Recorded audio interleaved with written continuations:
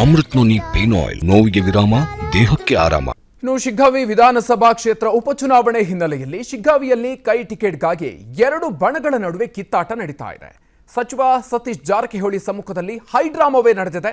ಸತೀಶ್ ಜಾರಕಿಹೊಳಿ ಬರ್ತಾ ಇದ್ದಂತೆ ಎರಡು ಬಣಗಳು ಗದ್ದಲ.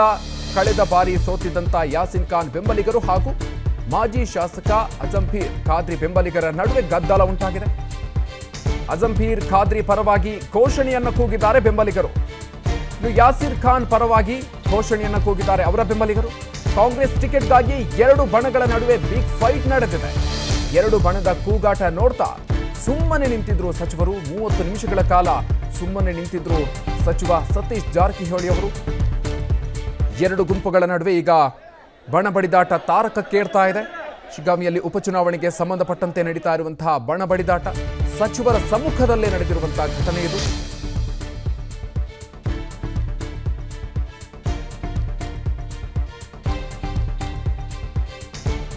ಒಂದ್ ಕಡೆಯಲ್ಲಿ ಮಾಜಿ ಶಾಸಕ ಅಜಂಪೀರ್ ಖಾದ್ರಿ ಅವರ ಬೆಂಬಲಿಗರು ಗದ್ದಲವನ್ನ ಮಾಡ್ತಾ ಇದ್ರೆ, ಮತ್ತೊಂದು ಕಡೆಯಲ್ಲಿ ಯಾಸಿರ್ ಖಾನ್ ಪರವಾಗಿ ಕೂಡ ಅವರ ಬೆಂಬಲಿಗರು ಘೋಷಣೆಗಳನ್ನ ಕೂಗಿ ಅಲ್ಲಿ ತಮ್ಮ ಬೆಂಬಲವನ್ನ ವ್ಯಕ್ತಪಡಿಸಿದ್ದಾರೆ. ಕಾಂಗ್ರೆಸ್ ಟಿಕೆಟ್ಗಾಗಿ ಎರಡು ಬಣಗಳ ನಡುವೆ ಈಗ ಸ್ಪಷ್ಟವಾಗಿ ದೊಡ್ಡ ಫೈಟ್ ಆರಂಭ ಆಗಿದೆ. ಎರಡೂ ಬಣದ ಕೂಗಾಟ ನೋಡ್ತಾ ಸುಮಾರು ಅರ್ಧ ಗಂಟೆಗಳ ಕಾಲ ಸಚಿವರು ಅಲ್ಲೇ ಸುಮ್ಮನೆ ನಿಂತಿದ್ರು. 30 ನಿಮಿಷಕ್ಕೂ ಹೆಚ್ಚು ಕಾಲ ಸುಮ್ಮನೆ ನಿಂತಿದ್ರು ಸಚಿವ ಸತೀಶ್ ಜಾರಕಿಹೊಳಿ ಅವರು. ಶಿಗ್ಗಾವಿಯಲ್ಲಿ ವಿಧಾನಸಭಾ ಉಪಚುನಾವಣೆಗೆ ಸಂಬಂಧಪಟ್ಟಂತೆ ಈಗಾಗಲೇ ಈಗ ಕಿತ್ತಾಟ ಆರಂಭ ಆಗಿರೋದು ಸಚಿವ ಸತೀಶ್ ಜಾರಕಿಹೊಳಿ ಅವರ ಸಮ್ಮುಖದಲ್ಲೇ ಇವತ್ತು ದೊಡ್ಡ ಹೈಡ್ರಾಮಾ ನಡೆದಿದೆ.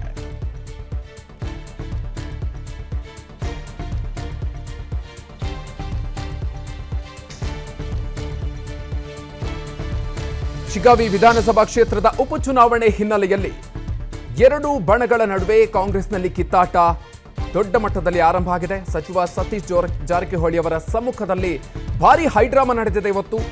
ಎರಡು ಬಣಗಳ ಮಧ್ಯೆ ಗದ್ದಲ ಆಗಿದೆ. ಸಚಿವ ಸತೀಶ್ ಜಾರಕಿಹೊಳಿ ಅವರು ಬರ್ತಾ ಇದ್ದಂತೆ ಗದ್ದಲ ಆರಂಭ ಆಯಿತು.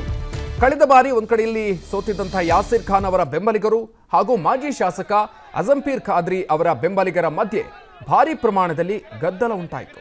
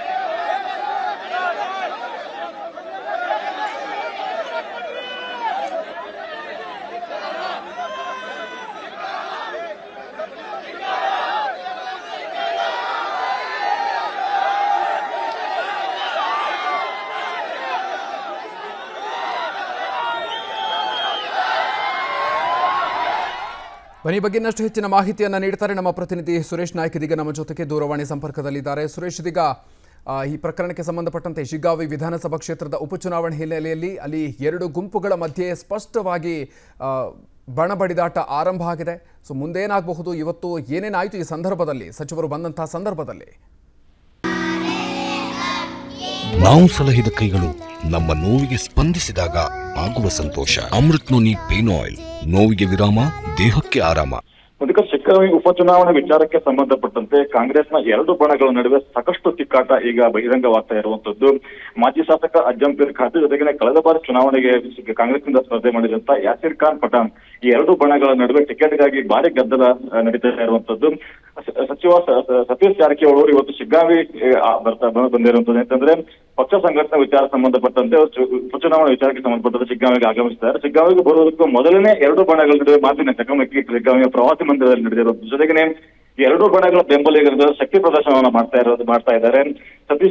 ಸಚಿವ ಸತೀಶ್ ಜಾರಕಿಹೊಳಿ ಶಿಗ್ಗಾಂವಿಗೆ ಬರ್ತಾ ಇದ್ದಂತೆಯೇ ಎರಡು ಕಡೆ ಬೆಂಬಲಿಗರು ಕೂಡ ಅವರವರ ನಾಯಕರ ಪರವಾಗಿ ಘೋಷಣೆಯನ್ನ ಕೂಗ್ತಾ ಇರುವಂತದ್ದು. ಖಾದ್ರಿ ಪರವಾಗಿ ಅವರ ಬೆಂಬಲಿಗರ ಘೋಷಣೆಯನ್ನ ಕೂಗ್ತಾ ಇದ್ದಾರೆ. ಈ ಕಡೆ ಪಠಾಣ್ ಪರವಾಗಿ ಅವರ ಬೆಂಬಲಿಗರು ಘೋಷಣೆಯನ್ನ ಕೂಗ್ತಾ ಇದರಿಂದ ಇಂಥ ಸ್ಥಳದಲ್ಲಿ ಸುಮಾರು ಸಾಕಷ್ಟು ಗೊಂದಲದ ವಾತಾವರಣ, ಗದ್ದಲದ ವಾತಾವರಣ ಸೃಷ್ಟಿಯಾಗಿತ್ತು.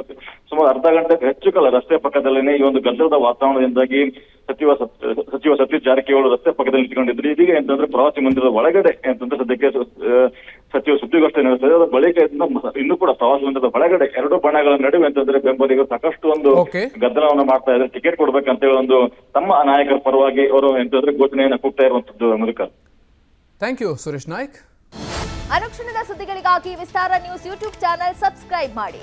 ಹೊಸ ಸುದ್ದಿಗಳ ನೋಟಿಫಿಕೇಶನ್ಗಾಗಿ ಬೆಲ್ ಐಕಾನ್ ಕ್ಲಿಕ್ ಮಾಡಿ. ಲೇಟೆಸ್ಟ್ ಅಪ್ಡೇಟ್ಸ್ಗಾಗಿ www.vistaranews.com ವೆಬ್ಸೈಟ್ಗೆ ವಿಸಿಟ್ ಮಾಡಿ. ಅಂಗೈಯಲ್ಲೇ ಜಗತ್ತಿನ ಸುದ್ದಿ ತಿಳಿಯಲು ವಿಸ್ತಾರ ನ್ಯೂಸ್ ಕನ್ನಡ ಆಪ್ ಡೌನ್ಲೋಡ್ ಮಾಡಿ.